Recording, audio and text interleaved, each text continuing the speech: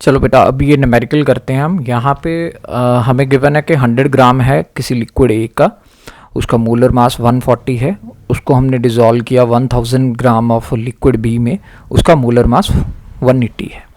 तो vapour pressure pure liquid B का वो मुझे दे रखा है, दैट इज़ 500 टॉर। अब बोलता है कि calculate the vapour pressure of pure liquid A and its vapour pressure in the solution if the total pressure of the solution is 475 torr बेटा। तो ये न्यूमेरिकल पढ़ के स्टेटमेंट पढ़ के मुझे क्या क्या इन्फॉर्मेशन पता चल रही है, आइए सबसे पहले हम वो लिखते हैं। तो सबसे पहले मुझे वेट ऑफ कंपोनेंट 1 WA वो पता चल रहा है, दैट इज़ 100 ग्राम्स, और उसका मोलर मास भी गिवन है MA दैट इज़ 140। तो क्या मैं यहाँ से number of moles of A निकाल सकता हूँ बेटा? हमें पता है formula, that is given weight upon molar weight होता है, so that will be equal to 100 divided by 140 आ गया बच्चा। तो इसका आंसर जब आप कैलकुलेट करोगे दैट विल बी 5/7 मोल्स।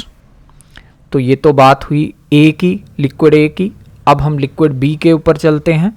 तो WB जो आपको गिवन है उसका वेट कितना है बेटा? 1000 ग्राम्स, और उसका मोलर मास हमें कितना गिवन है मुन्ना? That is 180। तो इसके नंबर ऑफ मोल्स हम कैलकुलेट कर लें बच्चा, given weight upon molar wait, तो कितना आ गया? तो 1000 डिवाइडेड बाय 180। तो इसका आंसर हमारे पास कितना आएगा बेटा? That will B 50 divided by 9 moles. अब इसके बाद नंबर ऑफ मोल्स तो मुझे दोनों कंपोनेंट्स के आगे, आइए अब चलते हैं दोनों कंपोनेंट्स की मोल फ्रैक्शन निकालते हैं। तो x से निकालूंगा that will be equal to Na divided by Na plus NB, और अगर यही मैं XB कैलकुलेट करूंगा that will be equal to NB divided by Na plus NB बेटा। ठीक है जी। तो यही मोल फ्रैक्शन निकालने के लिए हम number of moles of A and B इसका फॉर्मूला पुट करके, वैल्यूज पुट करके, let's calculate mole fraction of A। तो यहाँ पे जो वैल्यू मोल फ्रैक्शन A की आ जाएगी that will be equal to 0.114 बेटा। Similarly can I found the mole fraction of B component? आइए अब XB निकालते हैं।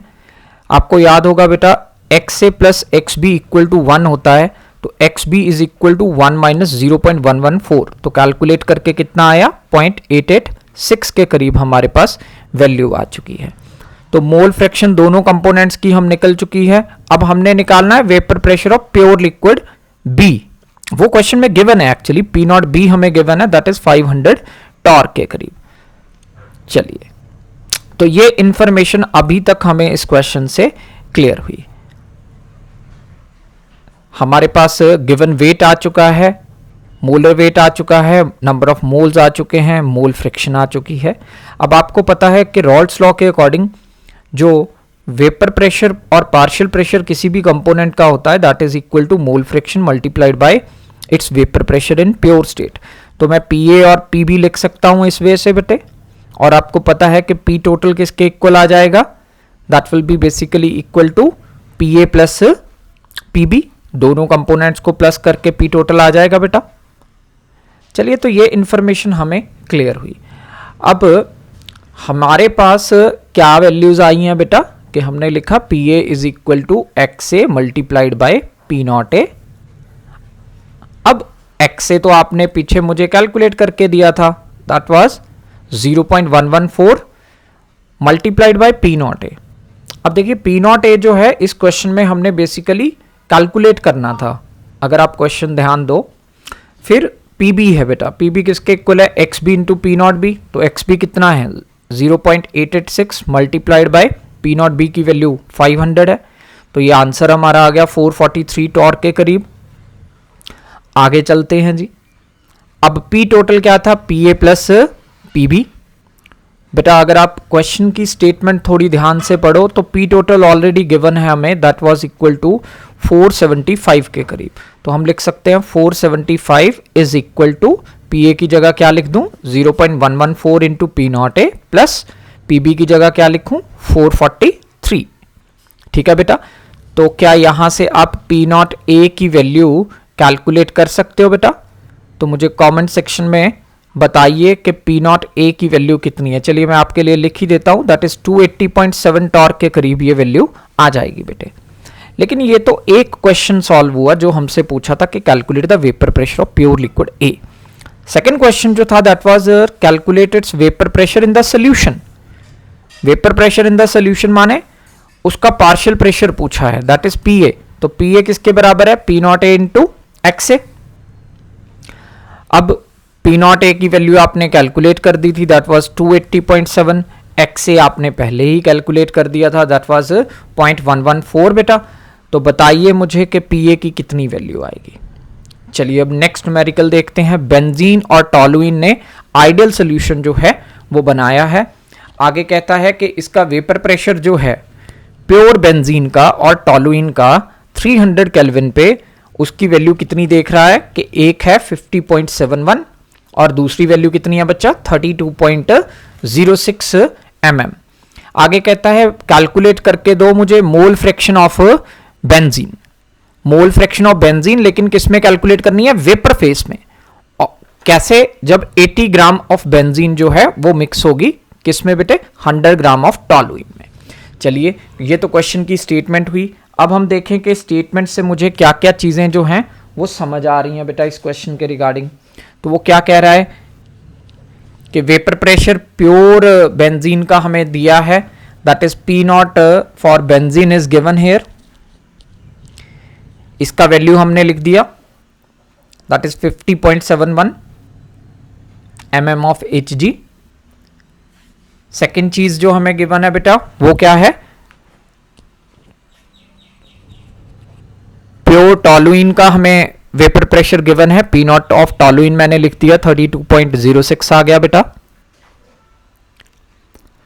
उसके बाद बेटा क्या गिवन है? गिवन वेट ऑफ बेंजीन है 80 ग्राम्स। तो मैं इसे W ऑफ बेंजीन लिख रहा हूं, that is equal to 80 grams, है ना। तो क्या मैं इसके नंबर ऑफ मोल्स निकाल सकता हूं? मुझे फॉर्मूला पता है कि number of moles of benzene that will be equal to given weight of benzene divided by molar weight of benzene. ठीक है बेटा। अब बेंजीन का मोलर वेट मुझे क्वेश्चन में गिवन नहीं है, तो बेंजीन का फॉर्मूला मुझे क्लियर होना चाहिए, that was C6 and H6। अब कार्बन का एटॉमिक मास 12 होता है, तो 12 इंटू 6 प्लस हाइड्रोजन का 1 है तो 1 इंटू 6। तो टोटल जब आप करेंगे तो आपकी वैल्यू जो है वो अप्रॉक्सीमेटली 78 ग्राम्स के इक्वल आ जाएगी। अब गिवन वेट बेंजीन का हमें 80 था, तो नंबर ऑफ मोल्स का फॉर्मूला क्या बन जाएगा बेटा? That will B 80 divided by 78। तो नंबर ऑफ मोल्स अगर आप कैलकुलेट करोगे बेंजीन के केस में आएंगे 1.026 मोल्स के करीब। ठीक है जी। तो number of moles of benzene हमने निकाल दिए।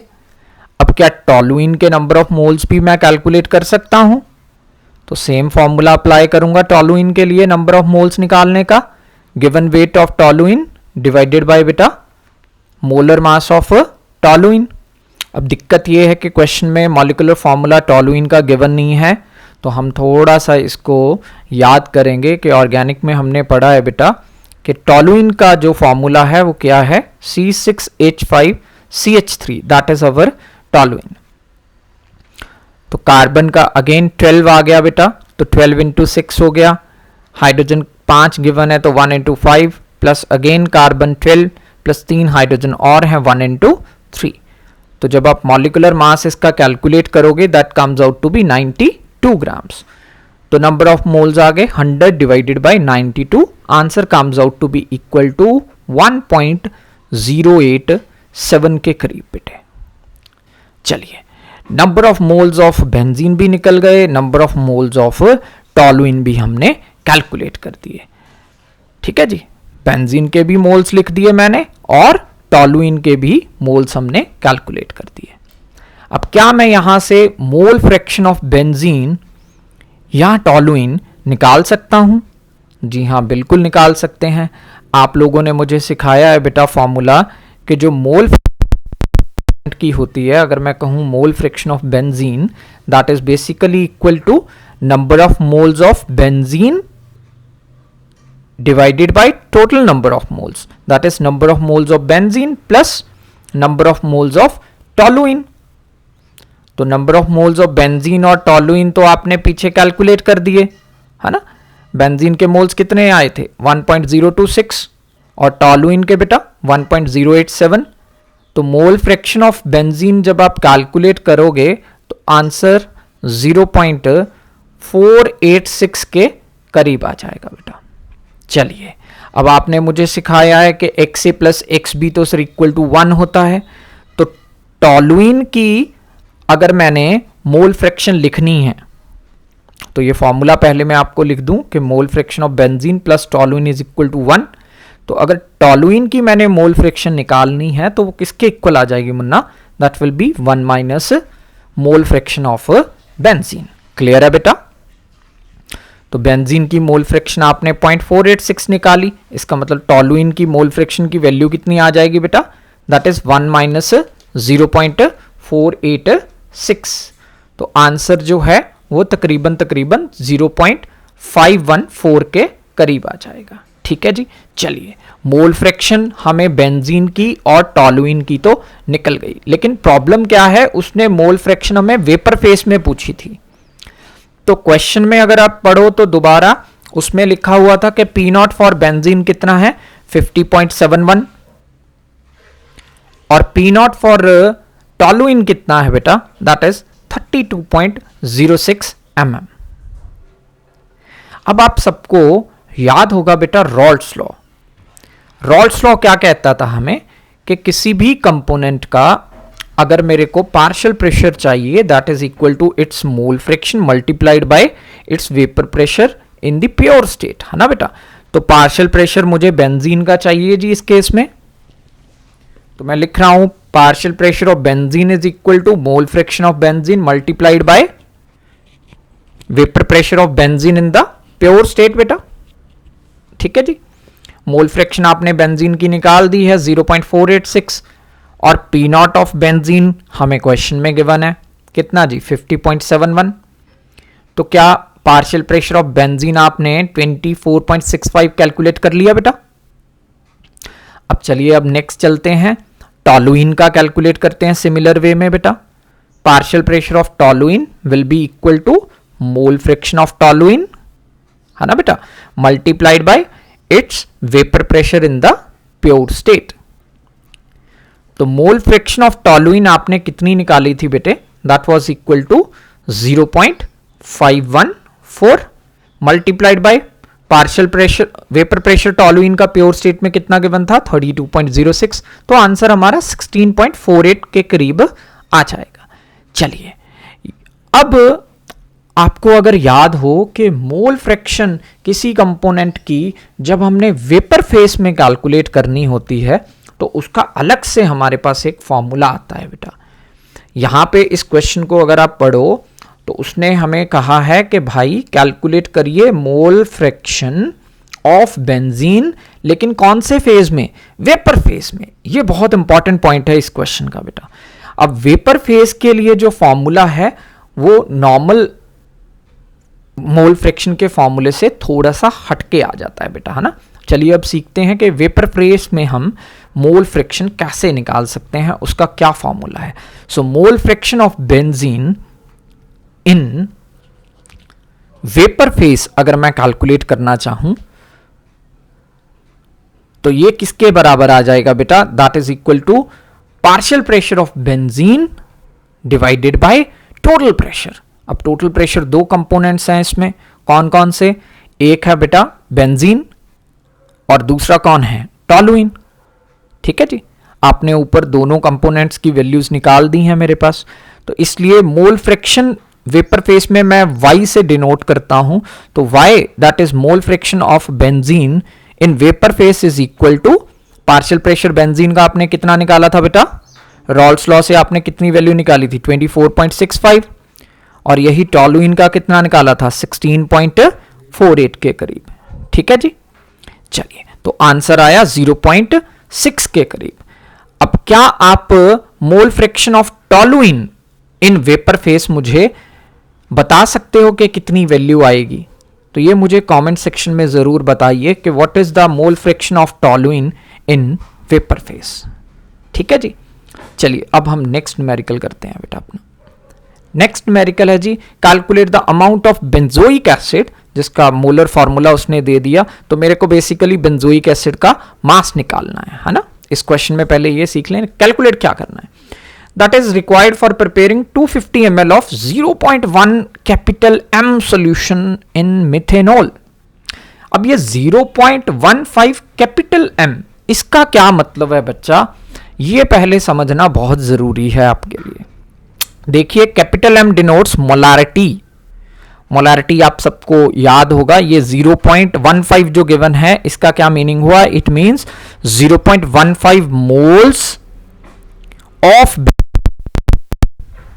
है ना बेटा। मोलारिटी ऐसे डिफाइन होती थी, number of moles of solute in volume of solution, 1 litre of solution that is dissolved इन और प्रिपेयर्ड इन और प्रेजेंट इन सॉल्यूशन। ठीक है बेटा। अब 1 लीटर ऑफ सोल्यूशन मतलब 1000 ml ऑफ सोल्यूशन। डन है जी। अब चलिए हम number of moles of benzoic acid का फॉर्मूला लिखें। तो number of moles of benzoic acid किसके इक्वल आ जाएंगे, given weight of benzoic acid divided by molar weight of benzoic acid बेटा, है ना बेटे। नंबर ऑफ मोल्स ऐसे ही हम कैलकुलेट करते हैं। अब प्रॉब्लम यह है कि बेंजोइक एसिड का मुझे मोलर मास नहीं पता, तो फॉर्मूला गिवन है C6H5COOH, है ना बेटा। तो बेंजोइक एसिड हमारे पास आया C6H5COH। अब कार्बन का आपको पता है 12 होता है और हाइड्रोजन का 1 होता है बेटा, ऑक्सीजन का 16 है मुन्ना। तो जब आप मोलर मास इस चीज का कैलकुलेट करोगे तो that comes out to be equal to 122 grams के करीब। क्लियर है जी। चलिए अब given weight of benzoic acid और मास ऑफ बेंजोइक एसिड इस फॉर्मूले से मैं निकाल सकता हूं, that will be equal to number of moles of benzoic acid multiplied by molar mass of बेटा बेंजोइक एसिड। क्लियर हुई बात के नहीं जी। ठीक है बेटे। तो ये वैल्यूज क्या आएंगी, 0.15 नंबर ऑफ मोल्स थे मल्टीप्लाइड बाय 122, तो जो आंसर आपका आया अप्रोक्सीमेटली 18.3 ग्राम्स के इक्वल आ जाएगा। डन बेटा। लेकिन अगर आपने ध्यान दिया हो बेटे, ये 18.3 तो 1000 में प्रेजेंट थे, हमने तो 250 ml में निकालना है ना। तो हम लिखेंगे कि 1000 ml of this solution contains how much amount of benzoic acid, 18.3 बेटे। तो 1 ml में कितना प्रेजेंट होगा, 1 ml will contain 18.3 divided by 1000। हमसे कितने में पूछा बेटा, 250 में। तो 250 में कैसे कैलकुलेट करूंगा, 18.3 divided by 1000 into 250, simple unitary method. Answer बताइए कमेंट सेक्शन में कि कितना इसका अमाउंट ऑफ बेंजोइक एसिड आपने कैलकुलेट किया। चलिए नेक्स्ट न्यूमेरिकल पे चलते हैं। अगला न्यूमेरिकल क्या कहता है बेटा, vapour pressure of water at 293 kelvin is 17.535 mm of Hg।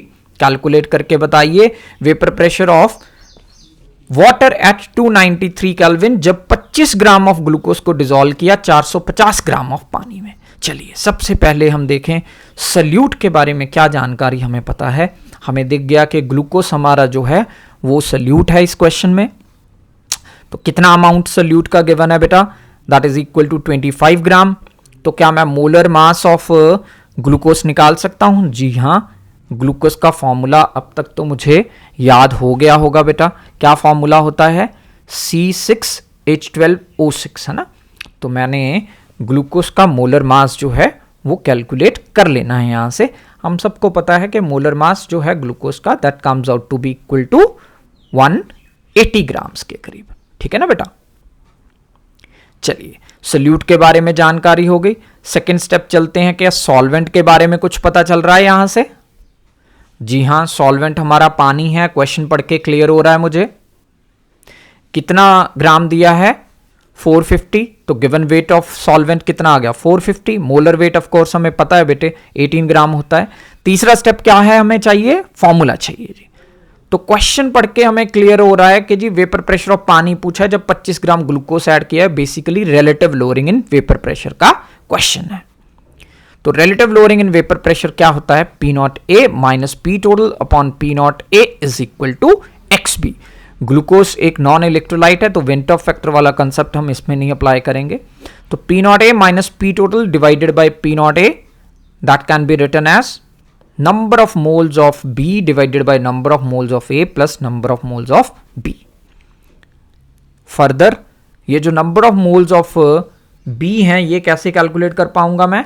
That will be equal to given weight of B divided by molar weight of B divided by Na की value क्या आएगी बेटा? Given weight of A divided by molar weight of A plus given weight of B divided by molar weight of B. चलिए अब देखते हैं इस फॉर्मूले में कौन कौन सी चीजें गिवन है। WB गिवन है जी, 25 वैल्यू गिवन है। MB हमने कैलकुलेट किया 180 के करीब आ गया। WA क्वेश्चन में गिवन है 450। MA मुझे पता है बेटा पानी का मोलर मास कितना होता है? 18 ग्राम्स। P नॉट ए की वैल्यू इस क्वेश्चन में ऑलरेडी गिवन है 17.535, है ना जी। तो I can easily calculate the value of P total. Solution का वेपर प्रेशर मैं इजीली कैलकुलेट कर सकता हूं। मुझे कमेंट सेक्शन में बताइए कि पी टोटल जो आपने कैलकुलेट किया उसकी क्या वैल्यू आई है। उम्मीद है इस वीडियो के जरिए आपको जितने न्यूमेरिकल समझाए हैं बेटा वो समझ आ गए होंगे।